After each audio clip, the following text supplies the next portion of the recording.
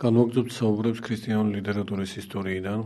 ჩვენი წინა საუბრები ეთმობოდა ქრისტიანული ლიტერატურის უადრეს ძეგლს, დღევანდელი წყაროების მიხედვით სახელწოდებით დიდაქე. შეძლებს დაგვარად შევეხეთ ამ უნიშნულოვანესი ნაშრომის უმთავრეს ასპექტებს და ვფიქრობთ, შეგვიძლია რომ ქრონოლოგიურად უფრო გვიანდელ ეპოქაზე გადავიდეთ, მომდევნოზე, როდესაც უკვე ჩვენთვის ცნობილია არა მხოლოდ ნაშრომები, არამედ ამ ნაშრომთა ავტორიც. ხედულობაში გვყავს პირველი საუკუნის მეორე ნახევრის და საერთოდ საეკლესიო ლიტერატურის ერთ-ერთი უდიდესი წარმომადგენელი წმინდა კლიმენტი რომაელი. კლიმენტის ავტორიტეტულობას, ამ მოღვაწის განსაკუთრებულობას განაპირობებს რამდენიმე გარემოება. პირველ რიგში ის, რომ კლიმენტი გახლდათ ისტორიულად, ნამდვილად მოციქულთა მოწაფე, დამოწაფებული მოციქულებს, განსაკუთრებით წმინდა პეტრე მოციქულს, რომლის თანამოსაგრეც იყო იგი, რაჟამს პეტრე ანტიოქიაში მახარებლობდა და მოციქულობდა ღვთის სიტყვას. ამაზე ჩვენ უფრო დეტალურად მოგვიანებით ვისაუბრებთ, ამჯერად მხოლოდ ფაქტს აღნიშნავთ, რომ პეტრეს სადმი დამოწაფება და პეტრეს მოწაფეობა კლიმენტი რომაელს ეკლესიის მამას კვლავ აღნიშნავთ განსაკუთრებულობას სცენს. აი ეს განსაკუთრებულობა, პეტრესადმი მისი მოწაფეობა აღნიშნული მოღვაწის კლიმენტი რომაელის შრომებშიც უეჭველად თვალსაჩინოა. გარდა ამისა, ასევე უდიდესი ღირსება კლიმენტი რომაელისა გახლავთ ის, რომ კლიმენტი იმ უადრეს და უწმინდეს წინამძღვართა შორის იგულისხმება, რომლებმაც ეკლესიური მოძღვრება საღვთო წერილზე დაყრდნობით განგვიმარტეს, გადმოგვცეს და ამ საეკლესიო მოძღვრების როგორც უწმინდესი გადმოცემის სათავეში დგანან. კლიმენტი გახლავთ რომის მესამე ეპისკოპოსი და ეს ის ეპოქაა, რა თქმა უნდა, როდესაც უწმინდესი მადლმოსილებითაა რომის ეკლესია გამშვალული და ამ მადლმოსილების ერთ-ერთი დამამკვიდრებელი რომის ეპარქიაში, საზოგადოდ მთელ ქრისტიანობაში სწორედ კლიმენტი რომაელი გახლავთ. ასე რომ მისი მწყემსთავრული პატივი, მისი პაპობა რომის თავდაპირველად უწმინდესი ეკლესიისა, ამ მოღვაწის განსაკუთრებულობას ასევე ჩვენს წინაშე თვალნათლივ წარმოაჩენს. კლიმენტის უკავშირდება სათნო გადმოცემა მარტვილური აღსასრულის შესახებ. მარტვილობა კლიმენტისი ამგვარი ძეგლი მართალია გვიან არის დაწერილი, მაგრამ როგორც მრავალ სხვა მარტვილოლოგიურ შრომასთან დაკავშირებით, ამ ძეგლთან დაკავშირებით შეგვიძლია ვთქვათ, რომ მასში ასახულია გვიანდელი ჩანაწერის სახით ის თავდაპირველი ზეპირი უწყება, რაც პირველი საუკუნიდან მომდინარეობს, უფრო ზუსტად მეორე საუკუნის დამდეგიდან და 101 წლიდან მომდინარეობს, როდესაც მიიჩნევა, რომ კლიმენტიმ თავისი პაპობა დაასრულა და აღესრულა ის. აი ამ ჟამიდან მომდინარეობს წმინდა გადმოცემა მისი მარტვილური აღსასრულის შესახებ, რაც მოგვიანებით წერილობით იქნა წარმოდგენილი. ყველა აღნიშნულ მომენტს გვერდით უდგას და კიდევ უფრო ღრმაშინა არ სცენს ის გარემოება, რომ წმინდა კლიმენტი შედის აგრეთვე იმ უადრეს ავტორთა შორის, რომელთა შრომებიც ღვთისმადლით ჩვენამდე მოღწეულა. მართალია კლიმენტი როგორც უაღრესად ავტორიტეტული მოღვაწე, ხშირად იმგვარი შრომების ავტორადაც არის წარმოდგენილი, რომლებიც მას ან არ დაუწერია, ან და მისგან დაწერილი შემდგომ გაყალბებულა, ეგრეთ წოდებული ფსევდოკლიმენტინური ლიტერატურის შემადგენელი ნაწილების ავტორად ის გვევლინება, მაგრამ ესეც მისი ავტორიტეტულობის დადასტურებაა, რადგანაც სწორედ ამ უსაჩინოესი მოღვაწის სახელს იტაცებდნენ ხშირად გვიანდელი გაუგუღმართებული პირები, რომ მათი არაჭეშმარიტი სწავლება კლიმენტის ამ ერთ-ერთი უავტორიტეტულესი და უწმინდესი მოღვაწის სახელით გაევრცელებინათ. ამის საფუძველზეა შექმნილი, კვლავ აღნიშნავთ, საკმაოდ მრავალრიცხოვანი ფსევდოკლიმენტინური ლიტერატურა. ამრიგად მრავალია იმგვარი ნიშანი, რაც კლიმენტი რომაელის პიროვნებას ჭეშმარიტად განსაკუთრებულს ხდის ჩვენი სულიერი თვალის წინაშე და ამიტომაა, რომ საეკლესიო ისტორიაში მისი ღვაწლი ყველა ნიშნით იქნება ეს მწყემსთავრული ღვაწლი, მოწაფეობითი ღვაწლი, სამოციქულო მახარებლური ღვაწლი მისი, მარტვილური ღვაწლი თუ მოძღვრული ღვაწლი, რაც მის წერილობით შრომებში გამოვლინდა, ყველა ეს ნიშანი კლიმენტი რომაელს ჩვენს წინაშე წარმოაჩენს როგორც დედა ეკლესიის მაცხოვნებელი მოძღვრების სათავეში დგომს და მარადიულად მომნიჭებელს ჩვენთვის იმ ცხოვნყოფელი სიბრძნისა, რაც უშუალოდ მას მოციქულთაგან და კონკრეტულად პეტრე მოციქულისგან გადაეცა. იყო თუ არა კლიმენტი თვითმხილველი მაცხოვრისა, ჩვენ ამ საკითხზე დაბეჭდებით თქმა არაფრისა შეგვიძლია. საზოგადოდ იმ ეპოქის მიხედვით, როდესაც კლიმენტი მოღვაწეობდა ქრონოლოგიურად, მას რა თქმა უნდა შეეძლო თვითმხილველი ყოფილიყო მაცხოვრისა. ვიცით, რომ ოდნავ გვიანდელი ეპოქის მოღვაწე შედარებით მცირედით მისი ოდნავ უცნაური თანამედროვე წმინდა ეგნატე ანტიოქიელი იყო მხილველი მაცხოვრისა და ამ ნიშნით რა თქმა უნდა არ გამოირიცხება ის რომ კლიმენტისაც ეხილა უფალი საკუთარი თვალით, მაგრამ ის რაც ნამდვილად ვიცით, ეს გახლავთ მისი მოციქულებისადმი მოწაფეობა. ყველა ეს ნიშანი ჩვენს მიერ ჩამოთვლილი, რა თქმა უნდა, ცალ-ცალკე განხილვას მოითხოვს, ცალ-ცალკე მნიშვნელოვანი მრავალ მომენტს თავის თავში გულისხმობს. ცხადია, ყველა მათგანზე ჩვენ ვერ შევჩერდებით. არსებითი ჩვენთვის არის, რა თქმა უნდა, კლიმენტი ალექსანდრიელი, როგორც ერთი უდიდესი საეკლესიო ავტორი, საეკლესიო მწერალი. მაგრამ ვიდრე ამ საკითხზე გადავიდოდეთ, რამდენიმე სიტყვით მაინც მისი მოღვაწეობის შესახებ უნდა ვთქვათ ორიოდე სიტყვა. კლიმენტის მოღვაწეობის ქრონოლოგია დღეისათვის საკმაოდაა განსაზღვრული. კარგად არის ცნობილი, რომ ერთ-ერთი უადრესი ცნობა მის შესახებ დაცული გახლავთ მეორე საუკუნის მიწურულის უდიდეს საეკლესიო მოღვაწესთან, წმინდა ირინეოს ლიონელთან, რომლის ცნობილ შრომაში მხილება და დამხობა ცრუცოდნისა, რასაც ზოგჯერ ეწოდება ასეთ სათაური ერესების წინააღმდეგ, აი ამ შრომის მესამე წიგნის, მესამე თავის, მესამე ქვეთავში, სამივე სამია, ესე იგი მესამე წიგნის, მესამე თავის, მესამე ქვეთავში, სადაც მოცემულია რომის ეპისკოპოსთა უძველესი სია, ამ სიაში კლიმენტი რიგით მესამეა.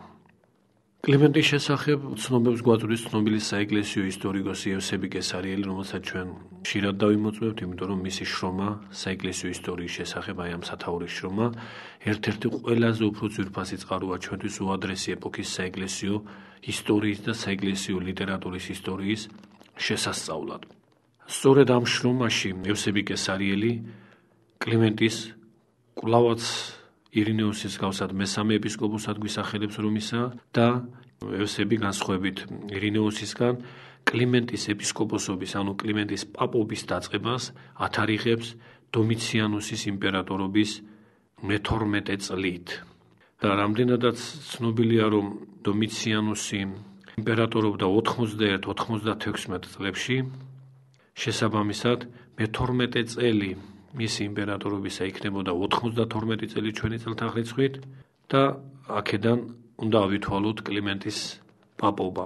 იგივე ევსები ჩვენ მისი პაპობის დასასრულზეც გვაუწყებს, როდესაც გვამცნობს, რომ ეს პაპობა კლიმენტისა გაგრძელდა ტრაიანეს იმპერატორობის მესამე წლის ჩათვლით. ტრაიანე ცნობილია, რომ იმპერატორობდა 98-117 წლებში ჩვენი წელთაღრიცხვით და მისი იმპერატორობის მესამე წელი იქნებოდა 101 წელი. ამრიგად, სავსებით მყარად შეგვიძლია ვთქვათ, რომ კლიმენტი ეპისკოპოსობდა, ანუ პაპობდა 92-101 წლებში. კლიმენტის შესახებ შედარებით უფრო დაზუსტებული ცნობა ფრაგმენტულად, მაგრამ მაინც ჩვენამდე შემონახული გახლავთ წმინდა ეგნატე ანტიოქიელის, რომელიც ზემოთ ვახსენეთ ერთ-ერთ ეპისტოლეში, კერძოდ ეს გახლავთ მისი ეპისტოლე მარიამის მიმართ. ყველა მისი ეპისტოლე და მათ შორის ეს ეპისტოლეც ქართულად თარგმნილი გახლავთ წმინდა გიორგი მთაწმინდელის მიერ და აი ამ ეპისტოლეში კლიმენტი წარმოდგენილია როგორც ანენკლეტოსის შემდეგ მომდევნო პაპი რომისა. ანენკლეტოსი ანდა ლათინურად ანაკლეტოსი გახდათ მეორე პაპი, რომის მეორე პაპი, პირველი გახდათ ლინუსი ანდა ლინოსი, ორივენაირად ბერძნული ფორმით ლინოსი. ორივე მათგანი სხვათა შორის წმინდანი გახლავთ, ლინოსიც და ანენკლეტოსი, ანდა ანაკლეტოსი და მათ შემდგომ მესამედ არის, ანუ ანენკლეტოსის მომდევნოდ არის წარმოდგენილი ეგნატე ანტიოქიელის ხსენებულ ეპისტოლეში კლიმენტი რომაელი, რომელიც აგრეთვე მას უწოდებს მოციქულთა თავების პეტრესა და პავლეს მოწაფეს. ერთ-ერთი ცნობა კლიმენტი რომაელის შესახებ ეკუთვნის აგრეთვე მეორე-მესამე საუკუნეების ცნობილ ლათინ ღვთისმეტყველს ტერტულიანეს, რომელიც იმასაც გვაუწყებს, რომ კლიმენტის პაპად კურთხევა მიუღია უშუალოდ პეტრე მოციქულისგან. ეს ცნობა თავისთავად რთულად განსამარტავი გახლავთ გარკვეულ პრობლემას ქმნის, რამდენადაც მოციქულები, რომლებიც 60-იანი წლების დასაწყისში აღესრულნენ, რა თქმა უნდა, და მათ შორის ამ შემთხვევაში გულისხმობ წმინდა პეტრე მოციქულს, თუ ამ დროს ესე აღსრულებამდე აკურთხა მან კლიმენტი რომის პაპად, მაშინ კლიმენტის პაპობა სწორედ 60-იანი წლებიდან უნდა დაწყებულიყო პირველი საუკუნისა, მაგრამ როგორც აღნიშნეთ, იოსები კესარიელის ზედმიწევნით უწყებით კლიმენტის პაპობა იწყება 92 წელს და ეს იცოდნენ ძველადაც თავისთავად ცხადია. ამ სირთულესთან დაკავშირებით ყველაზე უფრო საგულისხმო გახლავთ ერთ-ერთი უდიდესი ანტიერეტიკოსი მოძღვრის წმინდა ეპიფანე კვიპრელის შეხედულება თუ ახსნა აღნიშნული ფაქტისა, რომელიც უპირველეს ყოვლისა ადასტურებს ჯერ ტერტულიანეს ცნობას იმასთან დაკავშირებით, რომ კლიმენტიმ პაპობა უშუალოდ პეტრეს კურთხევით მიიღო, მაგრამ იქვე დაძნეს, რომ კურთხევის მიღების თანადროულად კლიმენტის პაპობა არ დაუწყია, იმიტომ რომ მან კლიმენტიმ ანგარიში გაუწია გარკვეულ გარემოებას, შესაძლოა მის პაპობას უთანხმოება მოჰყოლოდა, იმიტომ რომ დაპირისპირებული ძალები არსებობდნენ და ამიტომ მან გადადგა ამგვარი ღვთივსათნო ნაბიჯი, რომ პაპობა განუწესა ლინოს რომაელს, რომელიც პირველ პაპად არის ცნობილი. შემდგომ, როგორც უკვე ვთქვით, ანენკლოდოსმა განაგრძო პაპობითი ღვაწლი, ეპისკოპალური ღვაწლი ლინოსისა და ანენკლოდოსის შემდეგ კლიმენტიმ განჭვრიტა, რომ ვითარება უკვე შესაძლებლობას ქმნის იმ კურთხევის აღსრულებისას, რაც მან თავის დროზე პეტრე მოციქულისგან მიიღო, 92 წლიდან იგი შეუდგება ეპისკოპოსური მოღვაწეობის და ვალდებულების აღსრულებას. რაც შეეხება საკითხს იმის შესახებ, თუ რა ვიცით კლიმენტი რომაელის ცხოვრებაზე, გარდა იმისა, რაც უკვე აღნიშნეთ მის მარტვილობასთან დაკავშირებით, ამ მხრივ ყველაზე ალბათ ადრეული ცნობა დაცულია ორიგენესთან, რომლის ერთ-ერთი მნიშვნელოვანი შრომა სქოლიოები იოანეს სახარების ტექსტზე და შემდეგ ამას ეყრდნობა მოგვიანებით იოსები კესარიელი. ამ წყაროს მიხედვით კლიმენტი რომაელი ჩვენს წინაშე წარმოჩნდება როგორც გაიგივებული იმ კლიმენტისთან, რომელსაც თვით პავლე მოციქული იხსენიებს და იხსენიებს ქებით ფილიპელთა მიმართ ეპისტოლეში, კერძოდ მეოთხე თავის მესამე მუხლში. ესე იგი ორიგენე თვლის, რომ პავლე მოციქულისგან ქებით მოხსენიებული კლიმენტი არის იგივე კლიმენტი რომაელი და ამ ცნობას იზიარებს, როგორც აღნიშნეთ, იოსები კესარიელი მოგვიანებით მეოთხე საუკუნეში. და მხოლოდ ეს მხარე თავისთავად მნიშვნელოვანია, მაგრამ აქ კიდევ მნიშვნელოვანი ის გახლავთ, რომ თუ ამ ორი კლიმენტის იგივეობა ისტორიულია, მაშინ კლიმენტი რომაელი ამ ცნობითაც, ესე იგი ორიგენესა და იოსებ კესარიელის ამგვარი ცნობითაც, კვლავაც მოციქულთა თანამოღვაწე, მათ დამოწაფებული და მათ ღვაწლს შედგომილი პირად წარმოჩნდება ჩვენს წინაშე. სხვა რამ კონკრეტული აღწერილობა კლიმენტი რომაელის ცხოვრებისა, როგორც აღნიშნეთ, ჩვენ არ გვაქვს, არის ზოგი წყარო, რომელიც კლიმენტის თითქოს საიმპერიო კარიდან წარმომავლობას გვისაბუთებს ჩვენ, თუმცა ამგვარი რამ აბსოლუტურად დასაბუთებული დღეისათვის შეგვიძლია ვთქვათ, რომ არ არის.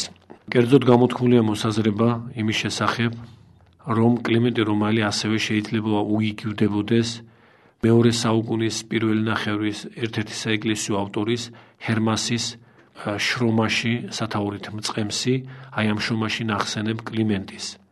კერძოდ ამ შრომაში ეს ძეგლი, რომელიც თავისთავად ძალიან საყურადღებოა, გარკვეულ ხილვებს შეიცავს და მეორე ხილვაში, სადაც წარმოჩნდება ვინმე ხანდაზმული მანდილოსანი და შემდეგ გაირკვევა, რომ იგი ეკლესიას განასახიერებს, აი ეს მანდილოსანი ურჩევს ჰერმას, წიგნის ავტორს, რომ მისი წიგნიდან ერთი ეგზემპლარი გადასცეს კლიმენტის, ხოლო მეორე კი ჩვენთვის სხვა წყაროებით უცნობ პიროვნებას გრაბდეს. აი ეს კლიმენტი ამგვარად ხსენებული, როგორც უაღრესად ავტორიტეტული პირი, რომელსაც ხილვის ამსახველი ტექსტი უნდა ებოძოს, მკვლევართა აზრით შეიძლება გაიგივდეს კლიმენტი რომაელთან. ჩვენ ზემოთ აღნიშნეთ, რომ ეგნატი ანტიოქიელი მარიამის მიმართ ეპისტოლეში გვაუწყებს კლიმენტის შესახებ. იგივე ეგნატი ამავე მოღვაწეს ეხება ტრალისელთა მიმართ გაგზავნილ ეპისტოლეში, ხოლო ფილადელფიელთა მიმართ წერილში იგივე ეგნატე კლიმენტის ჩვენს წინაშე წარმოაჩენს ძველი და ახალი ათმის იმ უდიდეს მოღვაწეთა შორის, რომლებმაც ცელიბატურად, ესე იგი უქორწინებლად და წმინდად განვლეს ცხოვრება და რომლებმაც ქალწულება დაიმარხეს სიკვდილის ბოლომდე. აი ესა ფაქტობრივად ყველა ის ცნობა, რაც ჩვენ კლიმენტი ალექსანდრიელის ცხოვრებასთან დაკავშირებით ამჯერად შეგვიძლია ისტორიული მნიშვნელობით მოვიხმოთ. მაგრამ არ შევცდებით თუ ვიტყვით, რომ კლიმენტის პიროვნება უფრო მეტად წარმოჩნდება ჩვენს წინაშე იმ ძეგლებში, რომლებიც აპოკრიფულნი არიან, მაგრამ ცალკეულ მონაკვეთებში ჭეშმარიტების მარცვალს შეიცავენ. ჭეშმარიტების მარცვლის შემცველობა ფსევდოკლიმენტინურ ლიტერატურაში კარგახანია დადასტურებულია და ამ ფაქტის უეჭველი მტკიცებულება გახლავთ ისიც, რომ და შემდეგ ალბათ კიდევ უფრო ცლად ვიტყვით ამის შესახებ, რომ ერთ-ერთი ნაწილი ფსევდოკლიმენტინური ლიტერატურისა სწორედ ის ნაწილი ცხადია, რაც ჭეშმარიტების შემცველია და ჯერ კიდევ გაუკუღმართებული არ უნდა ყოფილიყო, წმინდა ეუქტიმი ათონელმა ქართულად თარგმნა და ჩვენამდე მოღწეულია და სხვათა შორის აუცილებელ გამოცემას იმსახურებს. აი ამ აპოკრიფულ ნაწილში ჩვენ გვხვდება უაღრესად საყურადღებო თხრობა პირველ პირში წარმოდგენილი კლიმენტის მიერ საკუთარი ცხოვრების შესახებ. თუ რა ცხოვრების გზა განვლომან და როგორ მოღვაწეობდა იმ ეპოქამდე, იმ პერიოდამდე, ვიდრე იგი პეტრე მოციქულს დაემოწაფებოდა. თხრობა კერძოდ ამგვარი გახლავთ. კლიმენტი თავის თავს წარმოგვიდგენს ჭეშმარიტების მაძიებელ პიროვნებად, რომელიც ცდილობს, რომ უპირველეს ყოვლისა ადამიანის სულის უკვდავება დაადასტუროს. ჩვენ ამ შემთხვევაში კლიმენტის ცხოვრებასთან დაკავშირებით მხოლოდ ორიოდეს სიტყვით შევეხებით ამ აპოკრიფულ თხრობას და მომდევნო საუბარში მას უფრო ვრცლად გადმოვცემთ. ამჯერად რომ უფრო გამთლიანებული სახით წარმოუდგეს მსმენელს კლიმენტის პიროვნება, აღნიშნულ თხრობას მხოლოდ შემჭიდროებულად ყველაზე უფრო მთავარი მონაცემებით წარმოაჩენთ. ამგვარი ჭეშმარიტების მაძიებელი პიროვნება გადაწყვეტს, რომ წავიდეს ეგვიპტეში, სადაც მას გაუგია, რომ ქურუმებს შეუძლიათ სულთა გამოძახება, შემდეგ ის ამ აზრს შეიცვლის, იმიტომ რომ მის ყურამდე მოვა ჯერ ერთ-ერთი ვიღაც სათნო პიროვნება ამ აზრისგან განარიდებს მას და აუხსნის, რომ მოგვები უკეთური ძალის მსახურნი არიან, მაგრამ შემდგომ მის ყურს მისწვდება ამბავი მის შესახებ, რომ იუდიაში გამოჩნდა უცხორა მკაცი, ჭეშმარიტების ქადაგებელი. ამ ამბის მიხედვით, რა თქმა უნდა, განგაცებული ღმერთი კაცად აღიქმებოდა მხილველთაგან. ამიტომ კლიმენტი გადაწყვეტს იუდიაში წასვლას, ის მართლაც გაემგზავრება ღვთისგანგებით ხომალდი ქალაქ ალექსანდრიაში, მივა იქ დავანდება, აქ კლიმენტი გაეცნობა ბარნაბა მოციქულს, რომლის კვალობაზეც ის მოახერხებს, რომ წარუდგეს პეტრე მოციქულს და მასთან ერთად შეუდგება იმ მისიონერულ ღვაწლს, რაც პეტრეს განზრახული ჰქონდა ანტიოქიის რეგიონში აღსასრულებლად. და ამ ღვაწლში მის გვერდით, როგორც უკვე აღვნიშნეთ, განუყოფლად არის კლიმენტი რომაელი. ბოლოს ის მარტვილურად აღესრულება, როგორც უკვე ვთქვით, თუმცა ზოგიერთი ავტორი მიუთითებს ცალკეულ წყაროებზე, სადაც ვითომც და უფრო კლიმენტის ბუნებრივი სიკვდილით აღსასრული დაინახება. კერძოდ აქ მხედველობაში მიიღება ნეტარი იერონიმე, როდესაც იგი რომის კათედრა, რომის საყდარზე კლიმენტის მემკვიდრეებს ჩამოთვლის და მიუთითებს ზოგიერთი მათგანის მოწამეობის შესახებ, არ ახსენებს კლიმენტის მარტვილობას. და ასევე მკვეთრად კლიმენტის მარტვილობაზე ხაზგასმა არც ევსები კესარიელთან არ გვხვდება. ევსებისთან არის გამოყენებული ასეთი ფრაზა, ბერძნულად რომ ვთქვათ, ანალიუეი ტონ ბიონ, რაც ახალ ქართულად იქნება დახსნის ცხოვრებას. ანალიუსის, საიდანაც მომდინარეობს სიტყვა სხვათა შორის ანალიზი, ნიშნავს დახსნას, დარღვევას, დაშლას, დანაწილებას და ანალიტიკაც სწორედ ამას გულისხმობს. მაგრამ ცხოვრებასთან დაკავშირებით ესე იგულისხმება, რომ ის ამთავრებს ცხოვრებას, ანუ დახსნის ცხოვრებას. და ამ ფრაზაში შეიძლება ჩაიდოს როგორც ბუნებრივი სიკვდილის შინაარსი, როდესაც ადამიანის ხორციელი ბუნება სტიქიონებად დაიშლება, დაირღვევა, თუმცა ჩვენ არ ვთვლით, რომ ეს გამონათქვამი აუცილებლად ბუნებრივ სიკვდილზე მიუთითებს, იმიტომ რომ იგივე გამონათქვამი გარკვეული აზრით, რა თქმა უნდა, მარტვილურად აღსრულებული პიროვნების შესახებაც შეიძლება ითქვას, რადგანაც ამგვარმა პიროვნებამაც, რომელსაც მარტვილური ხვედრი ერგო წილად, რა თქმა უნდა, თავისი ცხოვრება დახსნა, ანუ მისი ხორციელი ბუნება მოგვდინების შემდეგ ასევე სტიქიონებად ცხადია დაიშალა. ამრიგად ჩვენ ვუერთგულებთ რა იმ გადმოცემას, იმ სათნო სწავლებას, რაც წერილობით ზეგშიცაა წარმოდგენილი, რომ კლიმენტი მარტვილურად აღესრულა და სხვათა შორის ძალიან სახეობრივათა ეს მარტვილობა აღწერილი, თუ შემდგომში ჩვენ შესაძლებლობა გვექნა ცალკეულ ადგილებს ამ მარტვილობიდან გავაცნობთ კიდეც მსმენელებს, მაგრამ ამჯერად მხოლოდ ფაქტს ვაქცევთ ყურადღებას, რომ სხვა უადრეს მოღვაწეთა მსგავსად, რომლებიც კანონიზებული წმინდანები არიან, კლიმენტის მარტვილური ხვედრის დამთმენი უნდა იყოს. ამაზე ჩვენ მიგვანიშნებს ის ფაქტი, რომ მეოთხე საუკუნემდე, როცა მოწამეობრივი ჟამი იყო ეკლესიაში და როცა აურაცხელი წმინდანი სწორედ მარტვილურად აღესრულა და ეს იყო ერთ-ერთი უმთავრესი ფაქტორი მათი წმინდანად კანონიზებისა, ამ მარტვილურ დასს შორის არ ჩართვა კლიმენტისა და მისგან გამოთიშვა დღეისათვის, როცა წყაროების უმეტესობა მის მარტვილობაზე გვაუწყებს, რა თქმა უნდა, ნაკლებ დამაჯერებელია.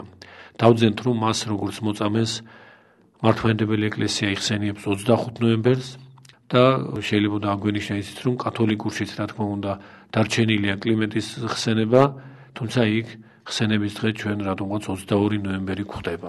ამჯერად ამით შემოვიფარგლებით კლიმენტი რომელთან დაკავშირებით და შემდგომ საუბარში შევეცდებით უფრო ცლად მიმოვიხილოთ აპოკრიფულ თხრობაზე დაყრდნობით მისი, ასე ვთქვათ, ბიოგრაფიაც, სულიერი ბიოგრაფიაც და შემდგომ მისი შრომები. გმადლობთ ყურადღებისათვის.